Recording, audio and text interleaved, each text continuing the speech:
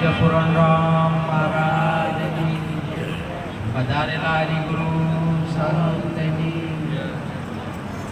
આજે આ પવિત્ર ભૂમિ અડાલજ મુકામે મહારાજ શ્રી પોતાના પૌત્રના નિમિત્ત અર્થે આજે જે ભજન સત્સંગનો મહિમા રાખી પૂજ્ય એમના ગુરુ મહારાજ પુરણરામ બાપુની તેડ્યા, સાથે સાથે મોટી મોટી ભૂંગળો પણ જાય. હવે કુકડીઓ તો શું હોય એમાં પાછી ગાજર શું કરવાનું. જન્મનો બર્થડેનો એટલે જન્મનો મહિમા આજનો મોટો મહિમા છે. જન્મનો મહિમા છે અને નિર્વાણનો મહિમા થાય. જગતની અંદરમાં બે મહિમા થાય. એમાં બધાથી ગુરુ મહિમા ઘણો મોટો છે. એ આમાં હવે આપણે વાત કરીએ કે હોય તો બીજી કોઈ વસ્તુ નથી તો આ જન્મ જેવું શું છે.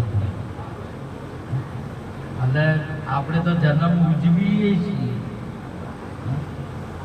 એટલે મહાપુરુષે એક વાત કરી કે જે જગત છે ને એનાથી ભક્તિ છે અલૌકિક બાબત છે. જન્મ મરણની બાબત જગતની છે અને ભક્તિની અંદરમાં ગુરુ મહારાજના દેશની અંદરમાં કોઈ જન્મ મરણની બાબત નથી. એ બાબત જગતની છે. અને જગતની એટલે સંસાર કહેવાય. સંસાર કહેવાય ને એ જેલ છે. સંસાર છે મહાપુરુષે એને જેલ કીધી છે. અને જેલની અંદરમાં આ સંસારની અંદરમાં મહાપુરુષે કહ્યું કે એક પ્રકૃતિ અને પ્રાણ બેના સંયોગ એવું ને એવું એના જેવું જેવું જન્મનો અર્થ થાય છે. જન્મ જેવું તો એવું કોઈ આપણને છતાં પણ આપણે જોઈએ કે એવું ને એવું જે પૃથ્વીમાંથી પ્રગટ થાય એટલે પૃથ્વી જે એનો પૃથ્વીમાંથી એનો કણ છૂટો પડે તો પૃથ્વી જોવા કે બીજું હોય એટલે એને જન્મ કહેવાય પૃથ્વીનો. તો શરીરમાંથી શરીર છૂટું પડ્યું, શરીર આવ્યું એટલે તો જન્મ કહેવાય. અને શરીરમાં તો શું કહેવું તમારે. એટલે મહાપુરુષે કહ્યું કે વિચાર કરવા જેવી વાત છે. સંસાર એક જેલ છે અને જેલની અંદરમાં એક આ મનુષ્ય જન્મ છે જ્યાં આખી પ્રકૃતિ અને પુરુષનો સંજોગ છે. આ બેનો જોગ મળ્યો છે જેને મહાપુરુષે બહુ ગાયો છે, જેને વાસુદેવ દેવકી કહેવાય. અને એ અહીંયાથી આનો જન્મ થાય છે. લાલાનો એનો થાય છે, એમાં જન્મ થાય છે. સંસારમાં જન્મ રહેલો છે. અહીંયા જન્મ થાય ને આનંદ આનંદ થાય. નંદ બાબાના ઘેર, નંદના ઘેર આનંદ થાય. સંસારમાં આનંદ ના થાય. મારા શ્રી સુંદર આનંદનું વર્ણન કર્યું હતું એ. અને આનંદ ફળે. આનંદ ચો છો એવો જન્મ જેલમાં છો. અહીંયા સંસારની અંદરમાં જન્મ થાય છે. અને અહીંયા તો સદગુરુના અહીંયા તો જન્મથી નિવૃત્તિ થાય છે. શું થાય છે? જન્મની નિવૃત્તિ થાય છે. એટલે અહીંયા મહાપુરુષે વાત કરી છે કે કૃષ્ણ જન્મ્યા એટલે કૃષ્ણનો જન્મ કહેવાય. ગીતાજીમાં ભગવાને ના પાડી, ન જાય તે પ્રિય તેવા કદાચિત, ન ભૂતવા ભવિતવા ન ભય. મારો જન્મ છે ને અને આપણે જન્મ ઉજવી એટલે એને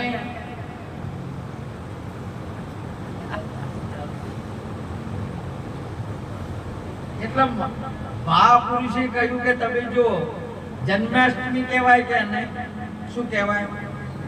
જન્માષ્ટમી એટલે જન્મ અષ્ટમી કેટલો જન્મ્યો કે કૃષ્ણ જન્મ્યા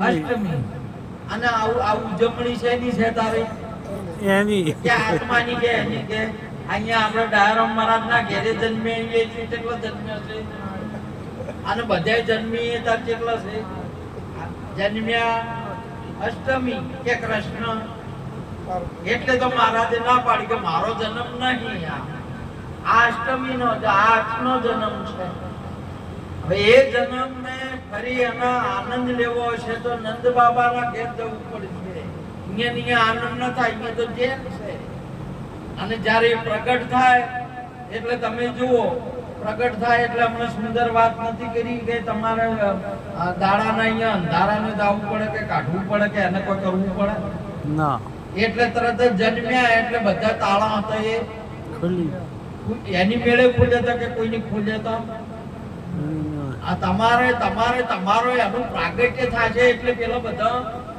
ખરી પણ છે તમારે એક કે તાળું તમારે રહે નહીં તમારે એક અજ્ઞાન નહીં રહે સુંદર વાત કરી હતી કે બધા બધી બાબતો છે ને એનું સમાધાન થઈ જશે પણ જવું પડશે નંદ ઘેર નંદ એટલે ગુરુ મહારાજ ના ઘેર જવું પડશે ગુરુ મહારાજ ના ઘર સવાઈ અરે સંસારની અંદરમાં આષ્ટનો એટલે 8 તત્વનો જન્મ થશે અને અહીંયા સ્વરૂપનું પ્રાગટ્ય થશે આનંદનું પ્રાગટ્ય થશે એટલે ગુરુ મહારાજના અહીંયા આનંદનું પ્રાગટ્ય થશે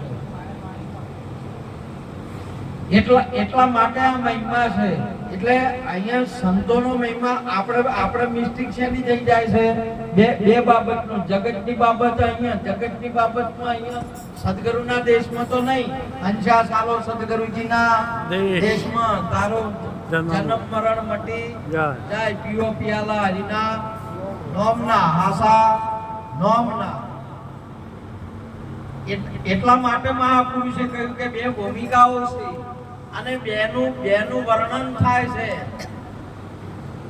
મહાપુરુષે એક આઠનું એટલે એક સગુણનું અને એક નિર્ગુણનું બેની વાત થાય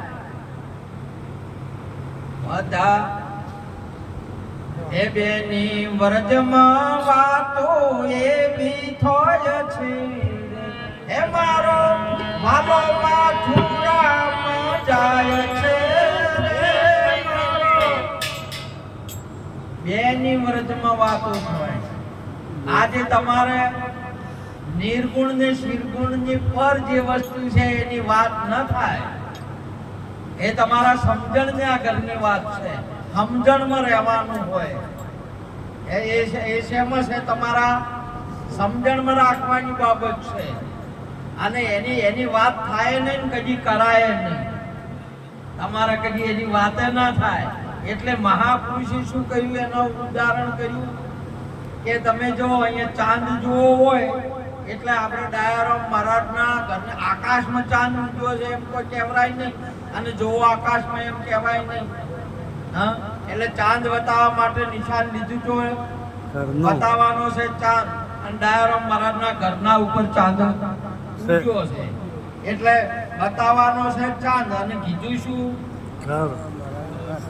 હવે ડાયરામ મહારાજનું ઘર બતાવવાનું છે કે ચાંદ બતાવવાનો છે પણ નિશાન આલ્યું તમારે ડાયરામ મહારાજના ઘરનો એટલે ચાંદ તમારે દેખાઈ જાય બતાઈએ તમારે દેખાઈ જ જાય પછી તમારે જોવો ના પડે માટે તમારે વસ્તુ છે ને આની કહેવામાં ના આવે કે કહેવરાય ના અપરાધ લાગે એના માટે મહાપુરુષે શું કહ્યું સદગુરુ નામ નિશાન બતાવે अंधा नर चल जाता है और मथन मत कर बंदे भेदु विना नर गमता है આપણા ગુરુ મહારાજે નામનું નિશાન આલ્યું શું આલ્યું નામનું નિશાન આલ્યું એટલે હવે નામથી તમારે વસ્તુ જોવાની છે અને નામ પછી તમારે નામને નામ છે ને એ વસ્તુ જોઈને એટલે તમારે સમજી જવાનું સમજવાનું આવે પછી બીજું કહેવાનું બધું ના આવે તમારે શું કરવાનું આવે આપણે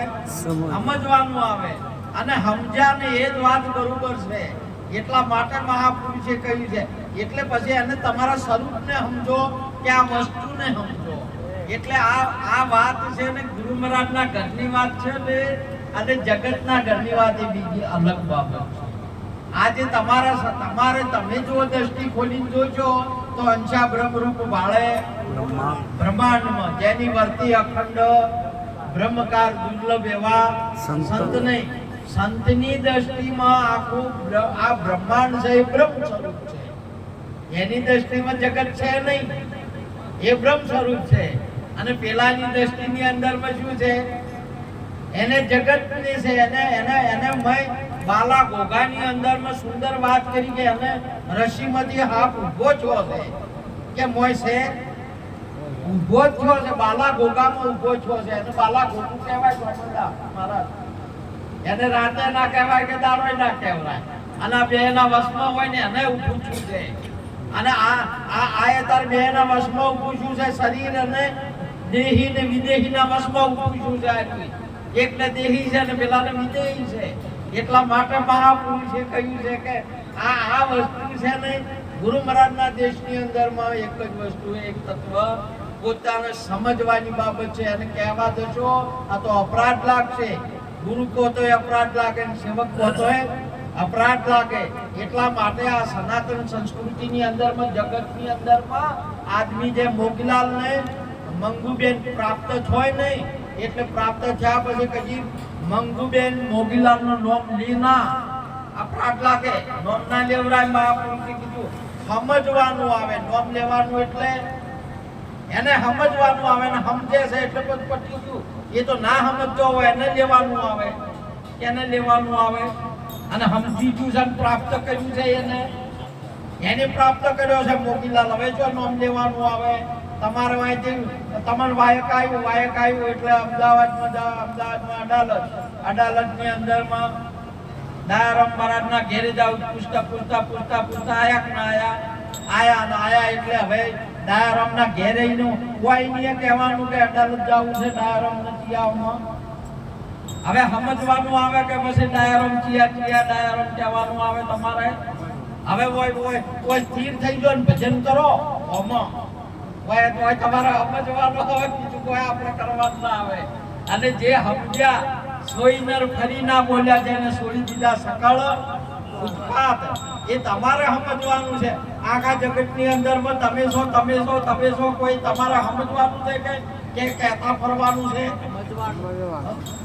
સમજવાનું છે. તમારા સિવાય બીજું કોઈ છે ને આપણે કહેવાનું છે કે સમજવાનું છે? આજુ સમજવાનું છે. અને જે સમજ્યા ને એ મહાપુરુષો એ ચૂપ થઈ ગયા છે. સમજ્યા એ તો સમજીને એની અંદરમાં એમાં મોજ માણે છે. દરિયાને કહેવાનું છે કે બધાને કે દરિયાની અંદરમાં મોજ રહેવાનું છે. કેમ હોય તો કૂદકો મારીને મુંબઈ ચોપાટી ઉપર કોઈને ઘર તોડવાના છે? ના તોડે કોઈ દિવસ. એ ખડો હોય ના પાડે કે ખોદે કોઈ નહીં. મોય લાયા લ્યા કરે.